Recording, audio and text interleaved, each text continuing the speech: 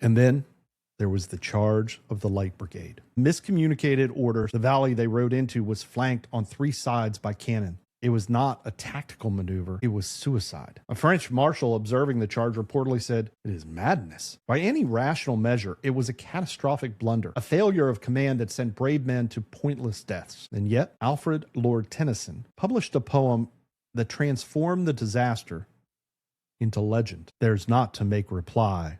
There's not to reason why.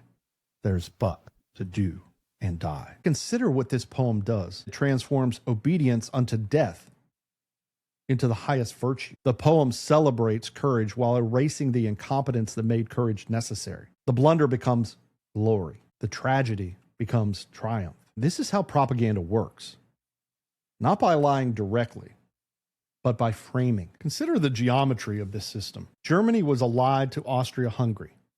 Austria-Hungary was in conflict with Serbia over influence in the Balkans. Serbia was supported by Russia, which positioned itself as a protector of Slavic peoples. Russia was allied with France.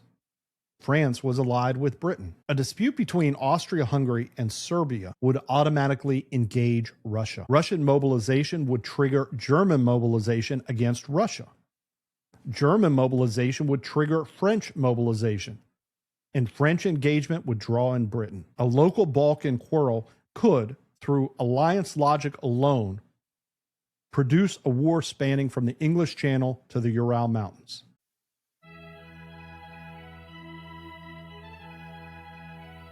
Welcome to the Consequential Actions podcast, where we aim to learn how history impacts current events and affects our lives today through the lens of politics, the economy, technology, and business trends. I may be an AI, but your host, well, he is not artificial in any way. Here is Jeff Kellick.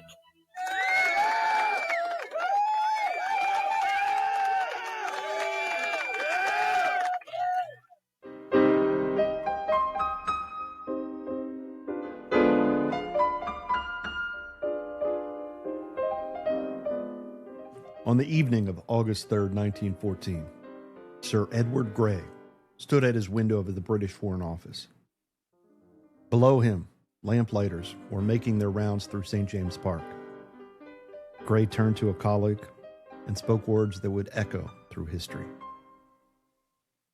"The lamps are going out all over Europe. We shall not see them lit again in our lifetime."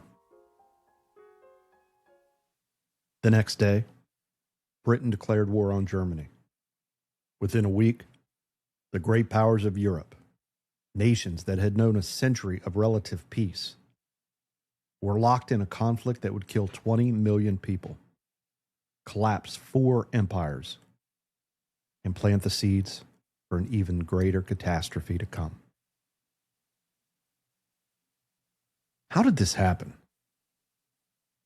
6 weeks earlier, a 19-year-old Serbian nationalist had shot an Austrian archduke in a provincial Balkan city.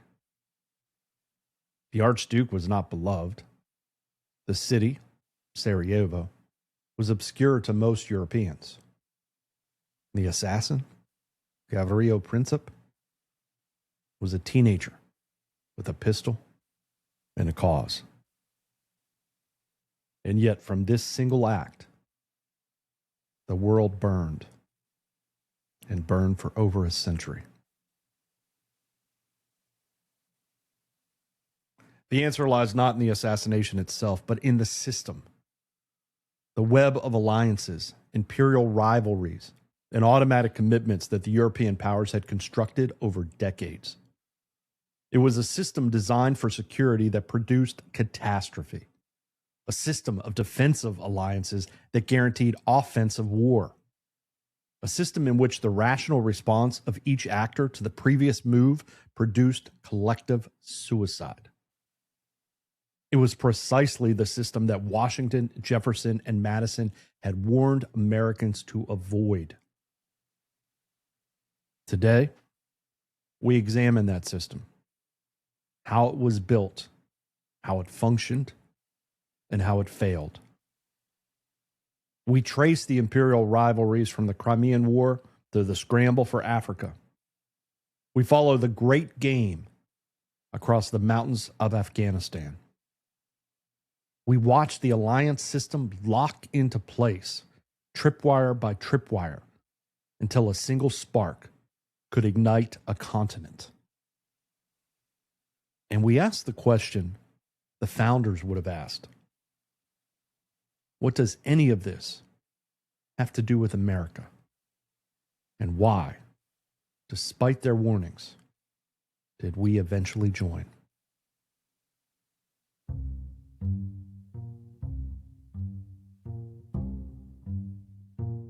I am Jeff Kellick, and this is the Consequential Actions Podcast. This is episode 4 of the series Empire of Liberty, America's Foreign Entanglements from the Founders to the Forever Wars. Today, the Great Game and the Road to Armageddon, European Imperialism and the system that produced World War. This episode corresponds to Article 4 of our written series, published last Sunday on our Substack page. Today, we take a step back from American history to examine the European system, the system that America would eventually be asked to join. Before we can evaluate American intervention in World War I, we must understand what intervention meant.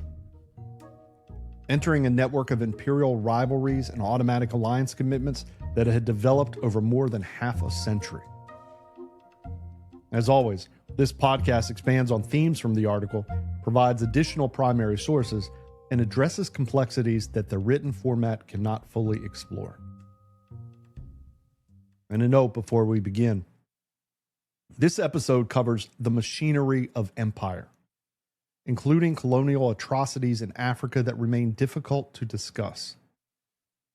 We do not dwell on horror for its own sake, but we cannot understand the system without confronting what it produced.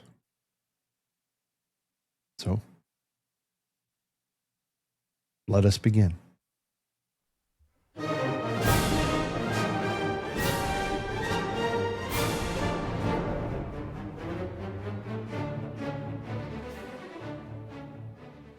Any examination of the system that produced 1914 must begin with Britain, the empire on which, as the saying went, the sun never set. After Trafalgar in 1805, British naval supremacy was unchallenged for a century. By 1914, the British Empire encompassed a quarter of the world's land surface and a similar proportion of its population. Britannia rules the waves. It was not boast, but fact. The Royal Navy was larger than the next two navies combined. British commerce circled the globe. British capital financed development on every continent. The pound sterling was the world's reserve currency. The ideology of liberal imperialism provided justification. The British understood themselves as bringing civilization to backwards peoples, commerce to isolated regions, order to chaos. Free trade, rule of law, the abolition of the slave trade, enforced by the Royal Navy at considerable expense. This was not mere rationalization. Many genuinely believed it. The reality was more complicated. Indian families under British rule killed tens of millions. The Opium Wars forced China at gunpoint to accept drug imports. The suppression of colonial resistance, from the Indian Mutiny of 1857 to the Boer concentration camps of 1900, demonstrated that liberal empire rested ultimately on force. The benefits of empire flowed disproportionately to Britain. The costs fell disproportionately on the colonized. But Britain was not the only empire with ambitions, and British interest would collide repeatedly with those of Russia, a collision that established patterns of propaganda and perception that persist to this day. To understand this rivalry, we must understand what Russia was defending and why. Catherine the Great, who ruled Russia from 1762 to 1796, around the time of the American Revolution and the writing of the Declaration of Independence and the Constitution and all of that same era, Catherine produced a strategic objective that eluded her predecessors: secure Russian access to the Black Sea and, through it, to the Mediterranean. Russia is a continental power with few natural outlets to the sea. The Baltic in the north freezes for months on year. Vladivostok on the Pacific is distant and icebound. The Black Sea route through the Turkish Straits represented Russia's window to the world, essential for commerce, for naval power, for great power status itself. The Russo-Turkish Wars of 1768 to 1774 and 1787 to 1792 broke Ottoman control of the northern Black Sea coast. Catherine's minister and lover, Prince Gregory Potemkin, oversaw the integration of Crimea after its annexation in 1783. Most significantly, Potemkin founded the city of Sevastopol in 1783 as the home of Russia's Black Sea Fleet. The city was built from nothing into a major naval base within years, a genuine achievement for any imperial organization. Sevastopol was not an aggressive forward position. It was Russia's essential connection to global maritime commerce and power, the crown jewel of Catherine's reign. The geography has not changed in 240 years. It's why Sevastopol mattered in 1854, it's why it mattered in 1944, and it's why it mattered again in 2014. Now, here's something that most Western audiences have never been told. The phrase Potemkin village has entered the English language as shorthand for fraud, a false facade concealing emptiness. We use it casually as though its meaning were self-evident. But the phrase itself is propaganda. And understanding its origins illuminates patterns that operate to this day.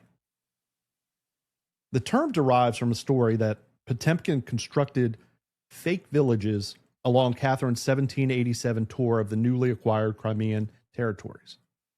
Mobile facades, the story goes, moved ahead of her possession to deceive her about the region's development. The story was spread by foreign diplomats, particularly the Saxon envoy George von Helbig. He was hostile to Russian expansion and eager to diminish Russian achievements in the eyes of European courts. Now, modern historians have largely debunked the myth.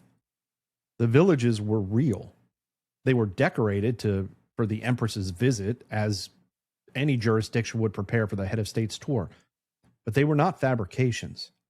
Potemkin's actual achievement in developing Crimea was remarkable. But the myth served a purpose. By framing Russian achievements as fake, British and European media could dismiss Russian claims to civilization and great power status. The Potemkin village narrative implied that Russians were incapable of genuine development, only of deceiving their own rulers. The characterization was radicalized. Russians were portrayed as fundamentally different from Western Europeans, Oriental, despotic, untrustworthy. The phrase persists today, deployed whenever Western commentators wish to dismiss Russian claims or achievements. This is the template. Media narratives constructed to make the enemy seem backward, brutal, or subhuman. Complex geopolitical realities reduced to morality tales of civilization versus barbarism. Genuine achievements dismissed. Atrocities emphasized or invented. Public opinion manufactured to support policies decided by elites. British media in the 1850s pioneered techniques that Hearst and Pulitzer would use in 1898, that the Creel Committee would perfect in 1917, and that major media outlets would employ in 2003 and operate today in coverage of American adversaries. The Crimean War of 1853 to 1856 brought these patterns into sharp focus. The nominal cause was a dispute over the Christian holy sites in Ottoman Palestine and Russia's claim to protect Orthodox Christians within the Ottoman Empire. The real cause was British fear that Russian expansion towards Constantinople would threaten the Mediterranean balance and ultimately the route to British India. Britain and France allied with Ottoman Turkey against Russia. Consider what that meant. An alliance of liberal powers with a despotic Muslim empire against a Christian power. The ideological framing was secondary to strategic calculation. Russia must be contained. And the siege of Sevastopol lasted nearly a year, 1854 to 1855, with brutal combat producing approximately 250,000 total casualties on both sides. Russia was eventually forced to sue for peace after Sevastopol fell. The Treaty of Paris forced Russia to accept demilitarization of the Black Sea. Russia could not maintain a fleet at Sevastopol. This was a deep national humiliation, reversed only in 1870 when France's defeat in the Franco-Prussian War allowed Russia to repudiate the terms. But the Crimean War gave us something else, something that would shape how nations conduct war propaganda ever after. The Crimean War was the first conflict covered extensively by war correspondents and photographers. William Howard Russell of the Times reported from the front, shaping British public opinion in real time. His dispatches emphasized Russian barbarism and British heroism. Anti-Russian sentiment was manufactured and sustained. The Tsar as a despot, Russian soldiers as Asiatic hordes, Russian civilization as a thin veneer over barbarism. And then there was the charge of the Light Brigade. On October 25th, 1854, during the Battle of Balaclava, a miscommunicated order sent 670 British cavalrymen charging directly into Russian artillery positions. The valley they rode into was flanked on three sides by cannon. The Russians could scarcely believe what they were seeing. It was not a tactical maneuver. It was suicide. Of the 670 men who charged, roughly 110 were killed and 160 wounded. Nearly 375 horses were lost. The brigade achieved nothing of strategic value. A French marshal observing the charge reportedly said, "It is magnificent, but it is not war. It is madness." By any rational measure, it was a catastrophic blunder, a failure of command that sent brave men to pointless deaths. And yet, 6 weeks after the charge, Alfred Lord Tennyson, the poet laureate of England, published a poem that transformed the disaster into legend. Half a league, half a league, half a league onward, into the valley of death rode the 600. There's not to make reply, there's not to reason why, there's but to do and die. Into the valley of death rode the 600. Tennyson's poem is magnificent as poetry. Its rhythms capture the hoofbeats of charge. Its language is stirring. It has been memorized by British school children for over 170 years. But consider what this poem does and does not do. It does not ask why the charge was ordered. It does not hold anyone accountable for the blunder. It does not question the war itself. Instead, it transforms obedience unto death into the highest virtue. There's not to reason why. There's but to do and die. The men who died are honored precisely because they did not question. The poem celebrates courage while erasing the incompetence that made courage necessary. The blunder becomes glory. The tragedy becomes triumph. The dead become heroes rather than victims. This is how propaganda works. Not by lying directly, but by framing. By choosing what to emphasize and what to omit. By transforming catastrophe into mythology. The charge of the Light Brigade became a symbol of British valor. It was taught in schools. It was invoked in subsequent wars. It shaped how the British thought about military sacrifice and what they were willing to accept from their leaders. The Russians, who mowed down the charging cavalry with artillery, they became the enemy. The British commanders who sent men into the valley of death through miscommunication and arrogance, they faded from the story. This template, embedded journalists, control narrative, demonize enemy, transform disaster into glory, would be refined and repeated in the Spanish-American War, in World War I, in every conflict since.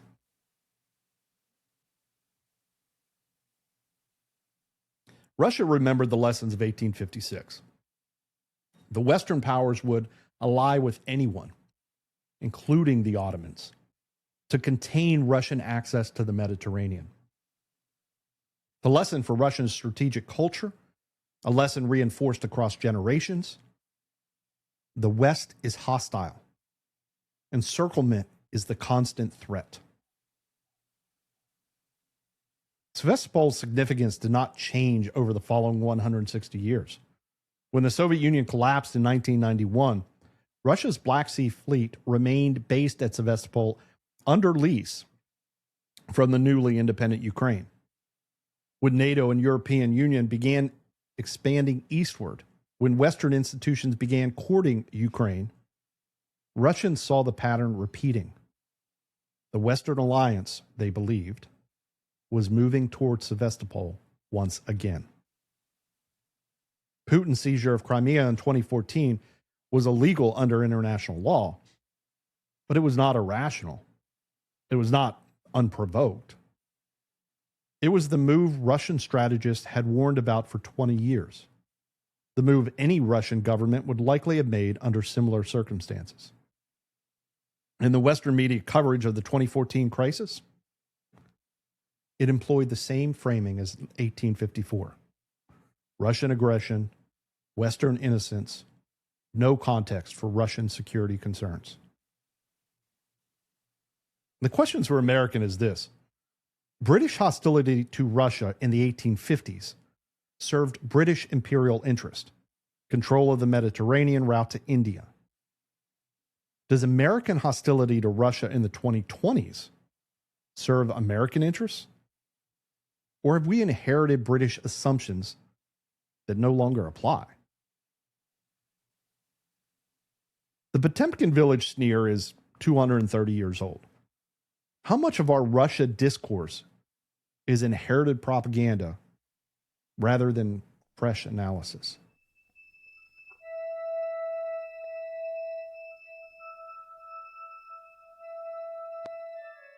While the Crimean War played out in the Black Sea, another theater of Anglo-Russian rivalry was developing across Central Asia. The British gave it a name that captured both its romance and its ruthlessness. They called it the Great Game. The phrase itself tells us something. A game. As though the fates of nations and peoples were pieces on a board, moved by clever hands in London and St. Petersburg. The terminology romanticized what was, in reality, imperial competition, proxy wars, espionage, and the systematic subordination of local peoples to great power interests. But the romance was powerful. And it produced a mythology that shaped how the British understood their empire and how we still tell stories about espionage and adventure today. The geography was straightforward. British India, the crown jewel of the empire, and Russian Central Asia. They were expanding toward each other. Russia pushed south through the khanates of Khiva, Bukhara, and Samarkand. Britain watched nervously from the subcontinent, imagining Russian armies pouring through the mountainous passes into India. Afghanistan lay between them. It was a mountainous, tribal, fiercely independent region that neither power could neither conquer, but neither would allow the other to control. Afghanistan became what strategists call a buffer state. Its function was to keep the empires from touching directly. Its sovereignty existed at the pleasure of the great powers that defined its role. The Great Game produced a cast of characters that became legendary in British lore. Soldiers, explorers, and spies who ventured into Central Asia, disguised as merchants or holy men, mapping terrain, gathering intelligence, and playing what Kipling would later call the great game that never ceases day and night. There was Arthur Connolly, a British intelligence officer who coined the very phrase, the great game, in a letter to a friend. Connolly traveled through Persia and Afghanistan in disguise, reporting on Russian movements, assessing the loyalty of local rulers. In 1842, he was captured by the Emir of Bukhara, and after months of imprisonment in a vermin-infested pit, he was beheaded in the public square. He was 35 years old. There was Alexander Burns, Bukhara Burns, they called him, who traveled up the Indus River disguised as an Afghan, became a celebrity in London with his published accounts, and returned to Kabul as a political agent. When the First Anglo-Afghan War collapsed in 1841, Burns was hacked to death by a mob. His body was left in the streets. There was Charles Stoddard, sent to Bukhara to negotiate with the emir. He spent years in captivity, sometimes treated as a guest, sometimes thrown into the bug pit, which was a well filled with vermin and human remains. He was executed alongside Connolly in 1842. These men became heroes of empire, their fates proof of British courage against Oriental despotism. Their stories were told and retold, inspiring generations of young men to seek adventure in the service of the crown. What the mythology obscured was what the Great Game cost. Not to British officers, but to the peoples caught between the empires. The British fought 3 Anglo-Afghan wars, 1839 to 1842, 1878 to 1880, and 1919. The first was a catastrophe of historic proportions. In 1839, Britain invaded Afghanistan to install a pliant ruler and block perceived Russian influence. By 1841, the occupation had collapsed, and in January 1842, the British Army, some 4,500 soldiers and 12,000 camp followers, began retreating from Kabul through the mountain passes in the winter. They were harassed by Afghan fighters the entire route. The snow was deep, supplies ran out, frostbite, starvation, and relentless attacks took their toll. Of the roughly 16,500 people who left Kabul, exactly 1 European reached the British garrison at Jalalabad. Dr. William Bryden, arriving half dead on a collapsing horse. His image, the lone survivor, became iconic. It was said that the Afghans let him live deliberately so that someone would remain to tell the story. Afghanistan earned its reputation as the graveyard of empires against the British long before the Soviets or the Americans arrived. Rudyard Kipling, born in British India and the Great Game's most famous chronicler. He captured both its romance and its futility. His novel Kim, published in 1901, follows a young Anglo-Indian boy recruited into the intelligence service, playing the great game across the subcontinent. The novel is a masterpiece, vivid, sympathetic, alive with the sights and sounds of India. But Kipling also wrote this about the Afghan wars. When you're wounded and left on Afghanistan's plains, and the women come out to cut up what remains, just roll to your rifle and blow out your brains and go to your God like a soldier. The romance and the horror, side by side. That was the great game. And the pattern it established would repeat. America inherited the great game after 1945. The Cold War rivalry in Afghanistan, American support for the Mujahideen against the Soviet occupation in the 1980s, was a continuation of the 19th century dynamics. The post-9/11 war was yet another iteration. A great power attempting to control Afghan territory and install a compliant government. The pattern is consistent across 2 centuries. Great powers believe they can succeed where predecessors failed. They underestimate local resistance and overestimate their own capabilities.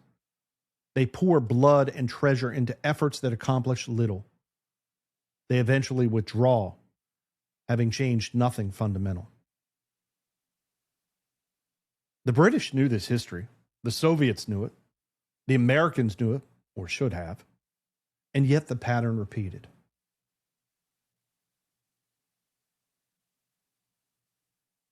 The Great Game was an imperial rivalry dressed in romance.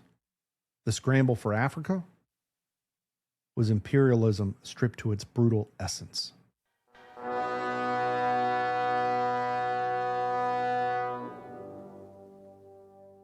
In 1880, Europeans controlled approximately 10% of Africa. By 1914, they controlled 90%. This transformation, accomplished in barely 3 decades, reshaped an entire continent with consequences that persist to this day. The Berlin Conference of 1884 to 1885 formalized the partition. Representatives of 14 European nations gathered in the German capital to divide Africa among themselves. Not a single African was present. Not a single African ruler was consulted. Borders were drawn with rulers on a map, cutting through entire ethnic groups, language communities, and existing political structures that had developed over millennia. The lines made sense in European capitals. They made no sense on the ground. The consequences persist. Virtually every modern African conflict involves these artificial borders. Borders that separate peoples who belong together and combine peoples who were traditional rivals. The methods of colonial extraction varied across the continent, but nowhere were they more horrific than in the Congo. King Leopold II of Belgium, a small country with modest resources, dreamed of empire. In 1885, he acquired the Congo Free State as his personal property. Not a Belgian colony. His personal domain. An area 76 times the size of Belgium itself, controlled by one man. Leopold presented his project to the world as humanitarian. He would bring Christianity, commerce, and civilization to Central Africa. He would suppress the Arab slave trade. He established the International Association of the Congo with its high-minded rhetoric of uplift and progress. The reality? The reality was something else entirely. The Congo was rich in rubber, essential for the emerging electrical and automotive industries.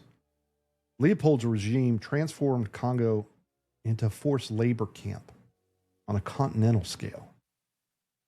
Villages were given rubber quotas. If they failed to meet them, soldiers from Leopold's force publique would arrive to exact punishment. The standard practice was to cut off hands. Of the living, this was meant to terrorize.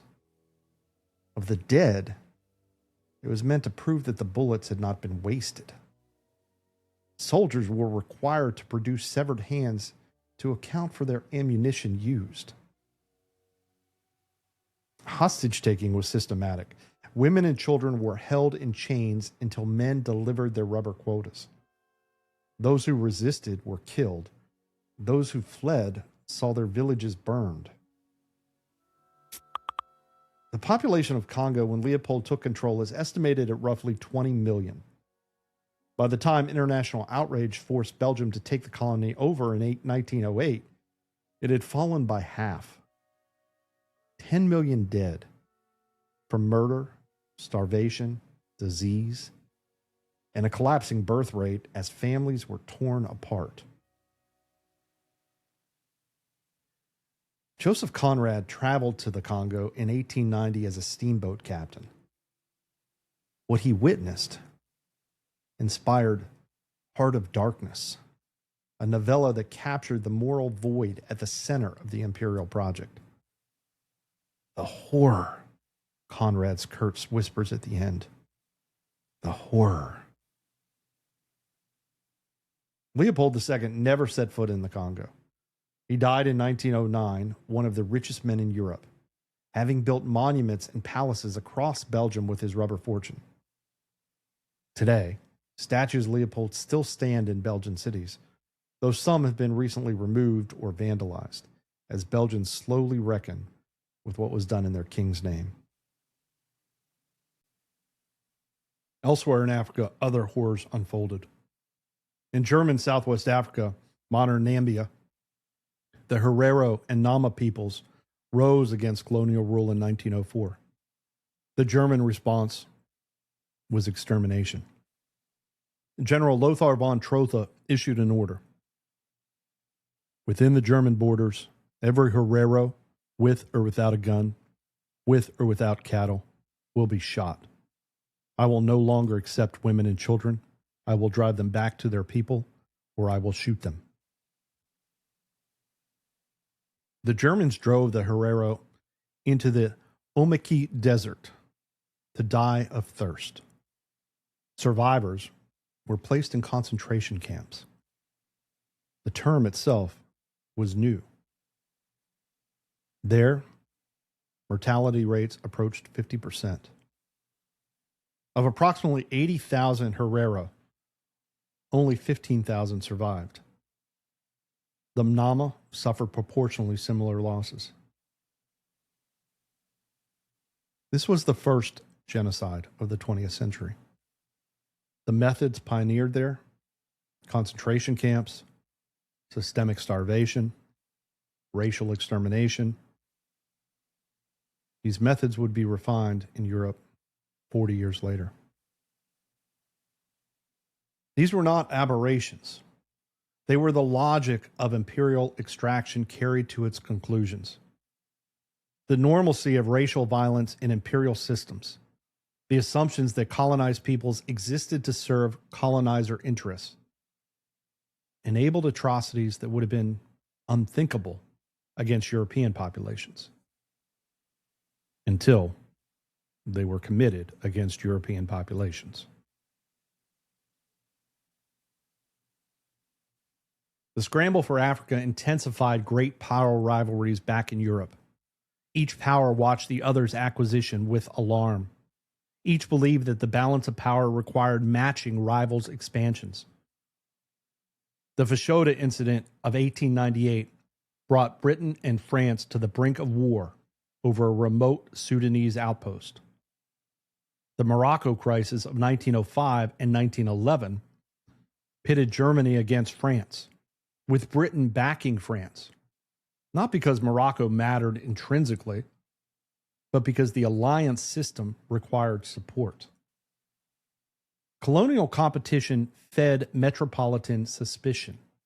The system had no natural stopping point, only the exhaustion of available territory. And so, Europe's empires expanded around the globe, accumulating rivalries and resentments that would feed the catastrophe to come. The machinery of imperial competition was building towards something, though few could see where it would lead.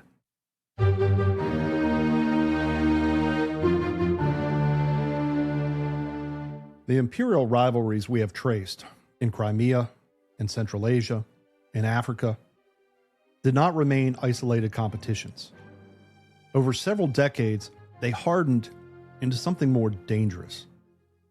A system of interlocking alliances that would transform any bilateral conflict into a potential general war.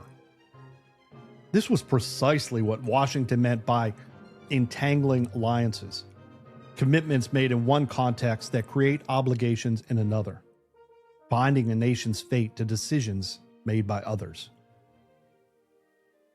The system developed in stages. In 1882, Germany, Austria-Hungary, and Italy formed the Triple Alliance. The arrangement was originally defensive. Each power would support the others if attacked by an outside aggressor. The logic seemed sound.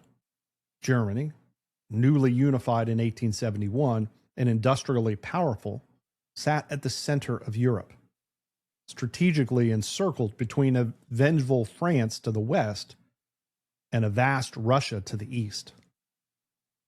Chancellor Otto von Bismarck's system aimed to keep France isolated and avoid the nightmare of a two-front war. Austria-Hungary, the sprawling multi-ethnic empire of the Habsburgs, faced its own vulnerabilities.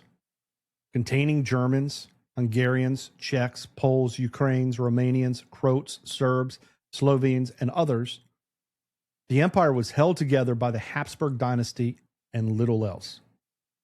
Nationalist movements threatened dissolution. An alliance with Germany provided security against external pressure. And Italy, newly unified itself, sought great power status and protection against France. It competed against France for Northern Africa holdings. Three empires bound by treaty. An attack on one would bring response from all. The others responded in kind. France, defeated by Prussia in 1871 and stripped of Alsace-Lorraine, burned for revenge, or at least security against a Prussia, now a unified Germany. In 1894, France and Russia signed a military alliance. The Franco-Russian alliance was a direct response to the Triple Alliance. If Germany, formerly Prussia, if Germany attacked France, Russia would mobilize. If Germany attacked Russia, France would mobilize. Germany's nightmare, a two-front war, was now guaranteed by treaty. Britain remained aloof at first, confident in its naval supremacy and its tradition of avoiding continental entanglements. But Germany's decision to build a competitive fleet changed that calculation. In 1904, Britain and France signed the Entente cordiale, not a military alliance, but a settlement of colonial disputes and a framework for cooperation. In 1907, the Anglo-Russian Convention suspended the Great Game rivalries in Persia, Afghanistan, and Tibet. And thus, the Triple Entente was born. France, Russia, and Britain signed against Germany and Austria-Hungary. Not a formal alliance requiring automatic military response, but an understanding, an expectation that support would be forthcoming.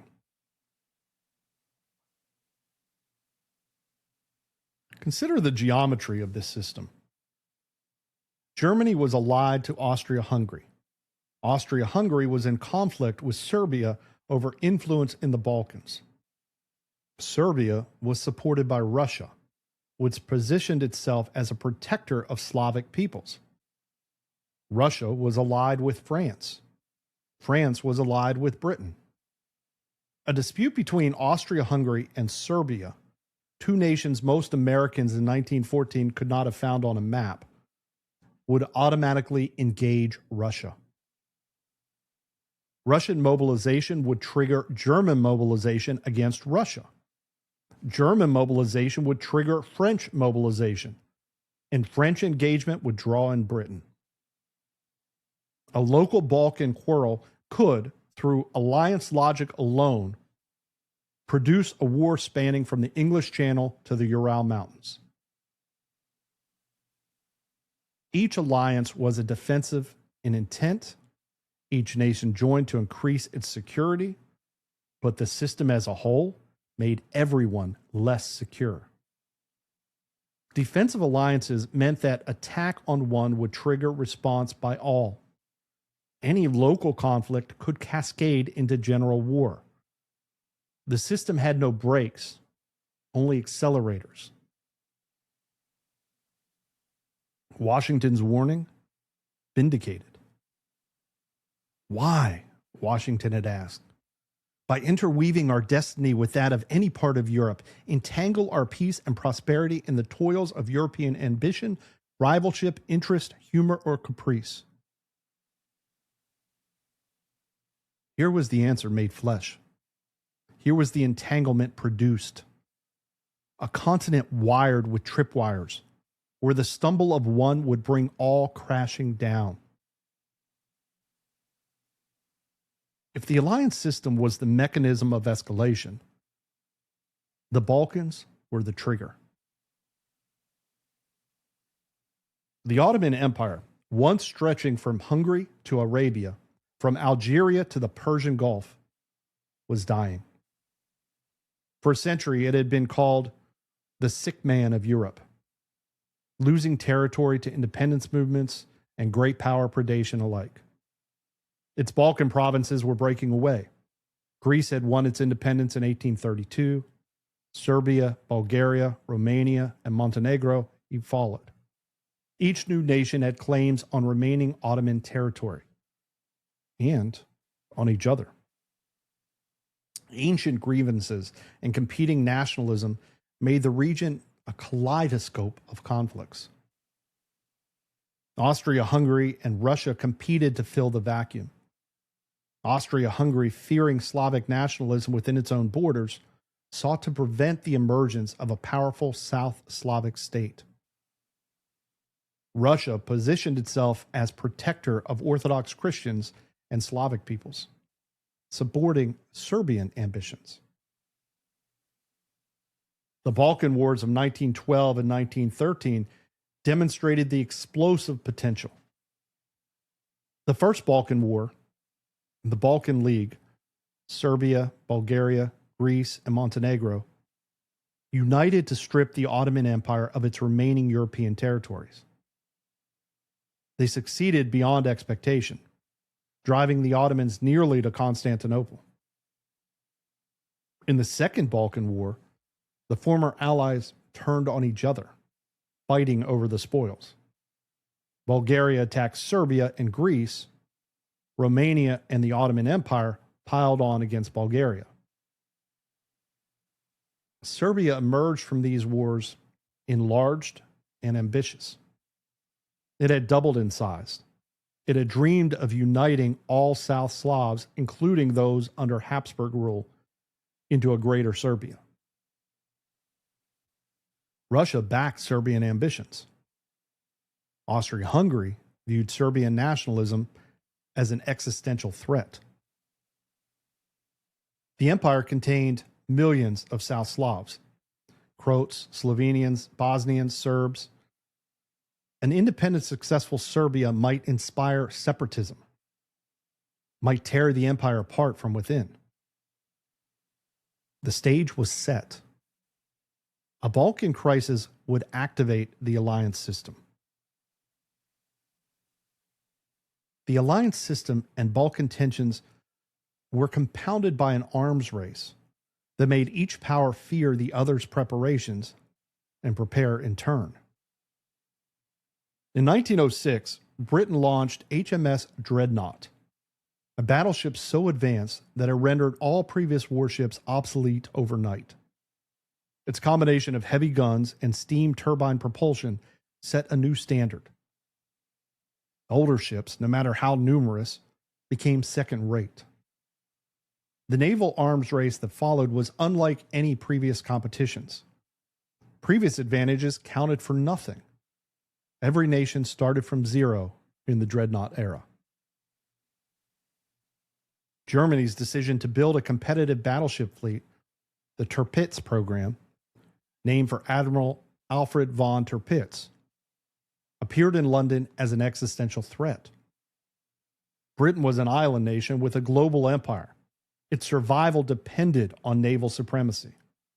A hostile power with a superior fleet could starve Britain into submission, sever its connections to the empire, and invade the home islands. And Germany viewed its fleet as defensive, a deterrent, a guarantee that Britain would not interfere in continental affairs. But from Whitehall, German naval construction looked like preparation for war. Each ship built increased the other's fear. British construction to maintain superiority drove German construction to narrow the gap. The naval rivalry made Anglo-German conflict seem inevitable, a self-fulfilling prophecy driven by security logic that made both nations less secure. Here's a detail that illuminates the absurdity of what was coming. The three most powerful monarchs in Europe at the outbreak of war, King George V of Britain, Kaiser Wilhelm II of Germany, and Tsar Nicholas II of Russia, were cousins. Queen Victoria, who died in 1901, was grandmother to both Wilhelm and, through marriage connections, closely related to Nicholas. George and Nicholas looked so similar they were sometimes mistaken in twins in photographs. Wilhelm and George called each other Willie and Georgie in personal correspondence. Nicholas and George signed letters to each other as Nicky and Georgie. They had played together as children at family gatherings. They had attended each other's weddings. They had vacationed together on royal yachts. And in the summer of 1914, they exchanged desperate telegrams trying to stop the machinery they had set in motion. I appeal to you in the name of our old friendship, Wilhelm wrote to Nicholas. I beg you to do what you can to stop your allies from going too far. Nicholas replied, I hope from all my heart that these measures will not interfere with your role as mediator, which I greatly value. It did not matter. The alliance is held. The mobilization timetables ran. The cousins' personal appeals could not override the systems their nations had constructed. Nicky would be murdered by revolutionaries in 1918, along with his entire family. Willie would abdicate and flee to the Netherlands, where he lived until 1941. Georgie would remain on his throne, king of an empire, bankrupted and bleeding, victorious, but hollowed out.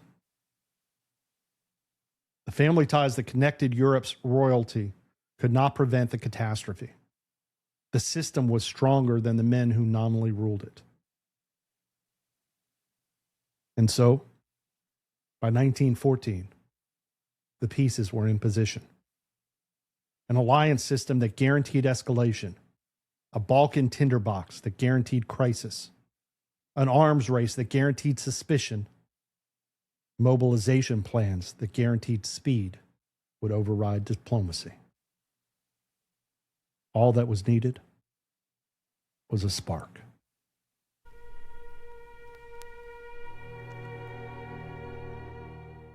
June 28th, 1914, Sarajevo. Archduke Franz Ferdinand, heir to the Austria-Hungarian throne, was visiting the Bosnian capital with his wife Sophie. Bosnia had been annexed by Austria-Hungary in 1908, a move that enraged Serbian nationalists who believed Bosnia, with its substantial Serbian population, should be part of Greater Serbia. The Archduke's visit fell on a symbolically charged date, St. Vitus Day, the anniversary of the 1389 Battle of Kosovo, a sacred date in Serbian national mythology. A group of young Bosnian Serbs, armed with pistols and bombs, provided through networks connected to the Serbian military intelligence, positioned themselves along the Archduke's motorcade route. The first assassin lost his nerve. The second threw a bomb that bounced off the Archduke's car and exploded under the vehicle behind, wounding several people. The motorcade sped away. The assassination had failed. But later that morning, the Archduke's driver took a wrong turn. The car stalled as he tried to reverse.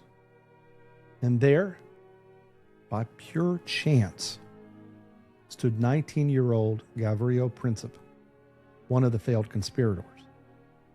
He had wandered to that corner after abandoning hope. Princip stepped forward, drew his pistol, and fired twice at point-blank range. Franz Ferdinand was hit in the neck. Sophie, trying to shield her husband, was hit in the abdomen. Both were dead within minutes. The assassination was a crime. It was also, in the grand sweep of history, a pretext. The Archduke was not particularly beloved, even within Austria-Hungary. His morganic marriage to Sophie meant that children could not inherit the throne. His policies were complex. He had actually advocated for greater autonomy for Slavic peoples within the empire, which made him, paradoxically, a target for those who wanted the empire destroyed rather than reformed. But none of that mattered. What mattered was the system.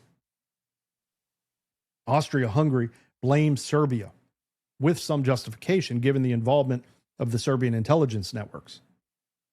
But the response that followed reflected the alliance geometry more than the event itself. July 23rd, Austria-Hungary delivers an ultimatum to Serbia. The terms are deliberately extreme, designed to be rejected. Austria demands the right to conduct investigations on Serbian soil, to suppress nationalist organizations, to dismiss Serbian officials deemed hostile. Acceptance would effectively end Serbian sovereignty. July 25th. Serbia accepts most terms, nearly all of them, but none of the provisions that would allow Austrian officials to operate on Serbian territory. Austria declares the response inadequate. July 28th. Austria-Hungary declares war on Serbia. Now the system activates. July 30th, Russia begins mobilization to support Serbia, its ally, its client, its fellow Slavic nation. Russian military planners had long concluded that partial mobilization was impossible. Their plans required full mobilization against both Austria-Hungary and Germany simultaneously. August 1st. Germany, as Austria's ally, declares war on Russia. German war plans, the Schlieffen Plan, required immediate action against France before Russia can fully mobilize. Speed is everything. Delay means defeat. August 3rd, Germany declares war on France. The Schlieffen Plan requires attacking France through Belgium to avoid fortified Franco-German border. August 4th, German troops cross into Belgium. Britain, as guarantor of Belgian neutrality under an 1839 treaty, issues an ultimatum. Germany does not withdraw. Britain declares war on Germany. 5 weeks from the assassination of one man in a provincial city to general European war. Each step followed alliance logic. Each nation responded rationally to the previous move. No leader wanted general war. Not the Austrian emperor, not the German Kaiser, not the Russian Tsar, not the French president, not the British cabinet. The Austrian ultimatum was meant to humiliate Serbia, not ignite a continent. Germany's blank check of support to Austria was meant to deter Russia, not trigger Russia's mobilization. And Russia's mobilization was meant to protect Serbia, not provoke Germany. Each actor's rational response to the previous move produced collective catastrophe. The system had no off-ramps. Once mobilization began, it could not stop. Mobilization timetables, the intricate railway schedules that would have to move millions of men to the frontiers, could not be altered without creating chaos. The machines had to run. Diplomacy became impossible. The time for decision had been years earlier when the alliances formed, when the war plans were drawn, when the commitments were made. By late July 1914, human judgment had been removed from the process. The system executed itself.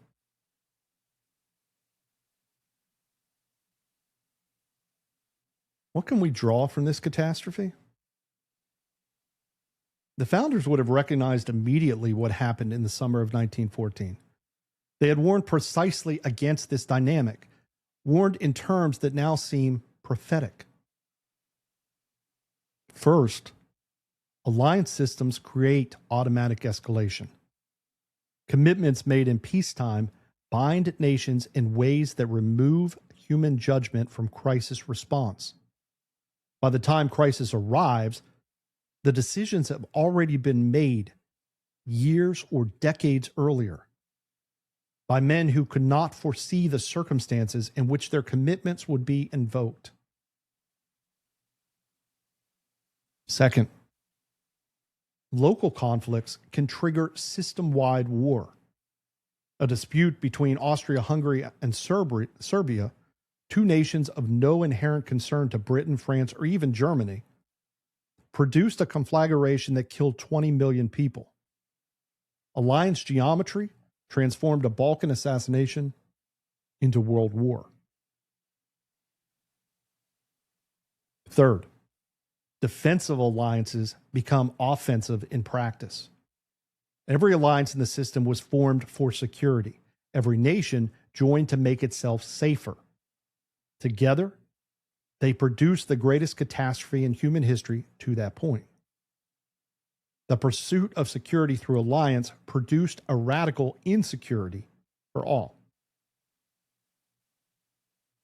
Fourth, great powers lose control of events they initiate. Austria-Hungary wanted to punish Serbia, not destroy European civilization. Germany wanted to deter Russia, not fight Britain, France, and Russia simultaneously. The gap between intention and outcome was vast, and it was unbridgeable once the system engaged. Fifth, mobilization timetables override diplomacy. Once military logic took precedence, once generals told the statements that delay meant defeat, negotiation became impossible. The Tsar tried to halt Russian mobilization as his generals told him it could not be done without inviting destruction. The machines ran. 6. Millions die because of commitments made decades earlier. The young men who drowned in the mud of the Somme, who froze at Verdun, who rotted in the trenches from Switzerland to the sea, they had no voice in the alliances that sent them there. Commitments made by ministers in 1894 killed soldiers in 1916.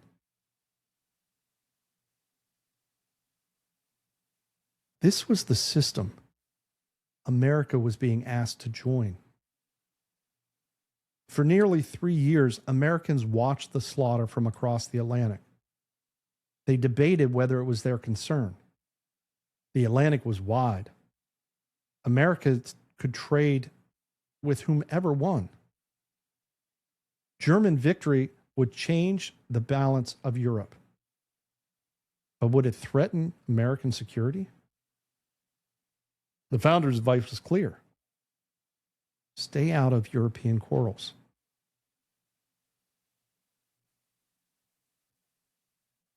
Europe has a set of primary interests, which to us have none, or a very remote relation, Washington had written.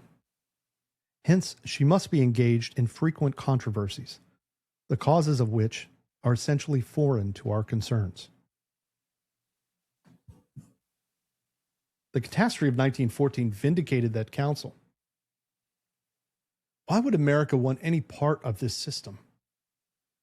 Why would Americans die to determine whether France or Germany dominated the European continent? And yet, in April 1917, America joined. The next article examines why. The propaganda, the economic entanglement, the ideology, and the interest that brought America into the war the founders would have urged us to avoid. But before we leave the European system behind, we must ask a question that reaches beyond 1914. The logic that produced World War I did not die in the trenches. It operates today. NATO is an alliance system with automatic commitments. Article 5 of the North Atlantic Treaty states that an attack on one member shall be considered an attack on all.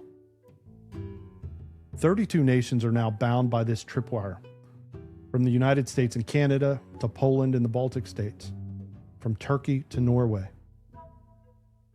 Expansion over the past 3 decades has extended NATO membership to nations that were, within living memory, part of the Soviet Union or the Warsaw Pact. The alliance now borders Russia from the Baltic and Black Sea.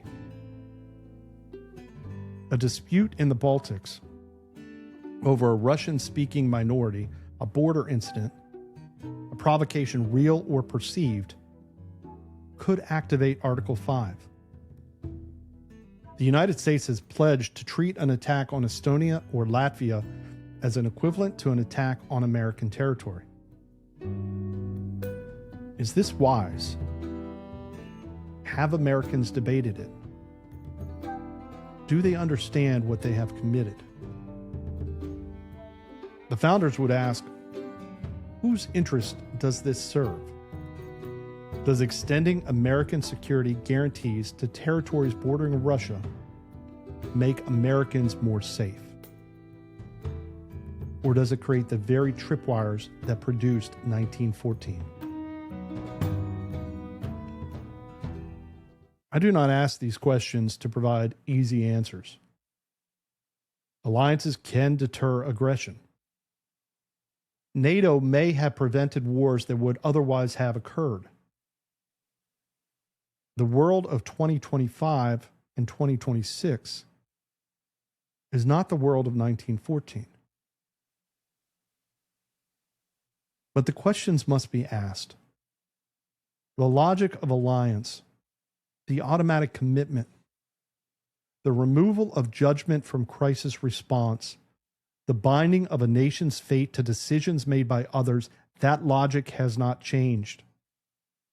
and Americans have a right to understand what has been committed in their name.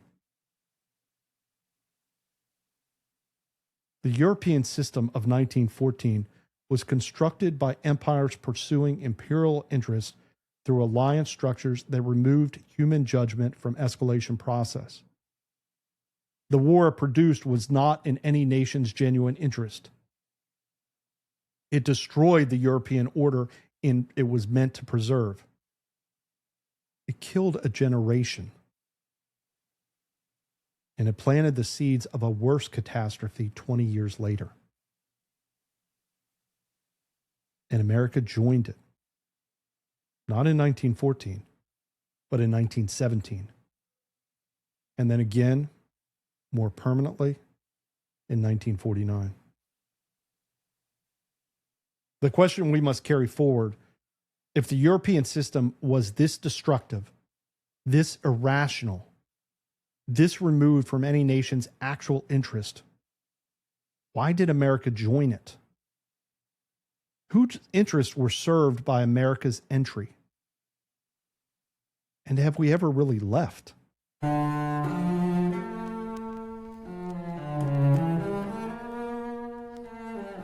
We've covered much ground today. We began with the British Empire at its zenith, the ideology of liberal imperialism and the reality of extraction and the control that lay beneath it. We traced the Crimean War and watched the birth of modern war propaganda, the Potemkin village, the myth that framed Russian achievements as fraud, the dispatches of William Howard Russell that shaped public opinion in real time, the poetry of Tennyson that transformed military catastrophe into national legend. Theirs not to reason why, theirs but to do and die. We followed the great game across the mountains of Afghanistan, where British officers played at espionage and empire, and where entire armies disappeared into the snow. We saw how the romance of the game obscured its costs, and how the pattern of great power hubris repeated across 2 centuries, from the British retreat from Kabul in 1842 to the American withdrawal in 2021. We confronted the horror of King Leopold's Congo, 10 million dead for rubber profits, and the Herero genocide that pioneered methods of extermination that would return to Europe within a generation. We watched the alliance system lock into place.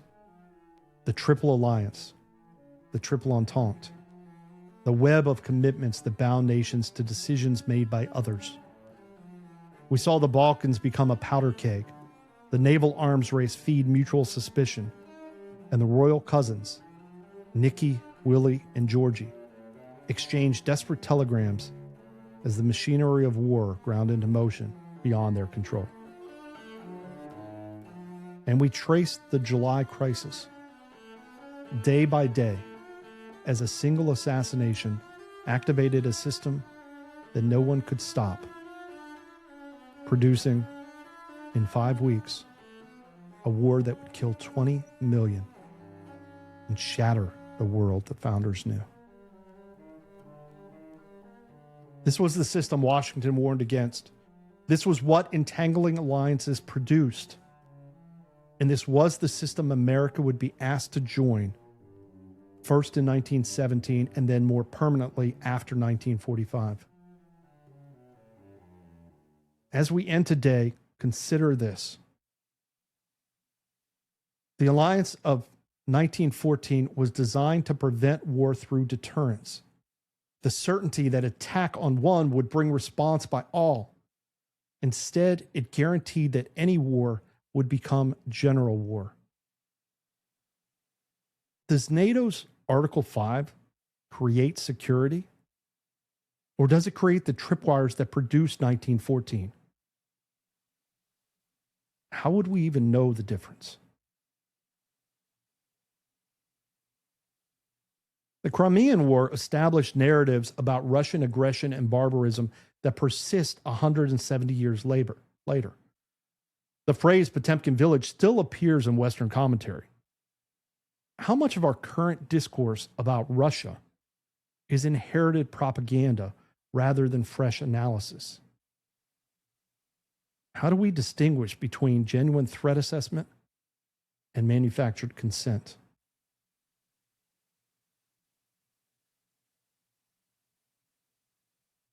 Tennyson's poem transformed a catastrophic blunder into a celebration of unrelenting and unquestioning obedience. Theirs not to reason why.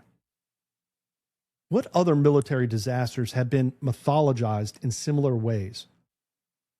What does it cost a society when it celebrates obedience over accountability?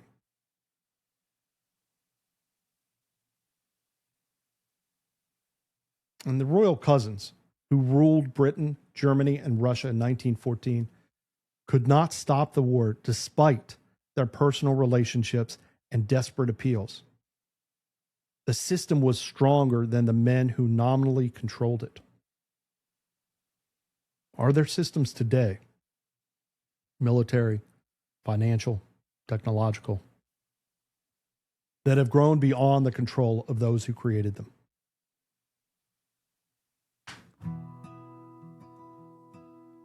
Next Sunday, Article 5, we'll examine War is the Health of the State, Wilson and World War I. We'll trace how America moved from neutrality to intervention, the British propaganda that shaped American opinion, the economic entanglement that created constituencies for war, the sinking of the Lusitania and the Zimmerman telegram, and Woodrow Wilson's transformation from the man who kept us out of war to the crusader who would make the world safe for democracy. We will meet the dissenters, La Follette, Norris, Randolph, Byrne, who warned that war abroad meant tyranny at home. And we will assess whether American intervention served American interests, or whether it was, as the founders would have judged, a catastrophic departure from Republican principles. And then on Tuesday, we'll release a contemporary application episode examining modern alliance commitments, particularly NATO expansion and the Ukraine conflict, through the lens of the patterns we discussed today. If the alliance logic of 1914 still operates, what does that mean for American security in 2026?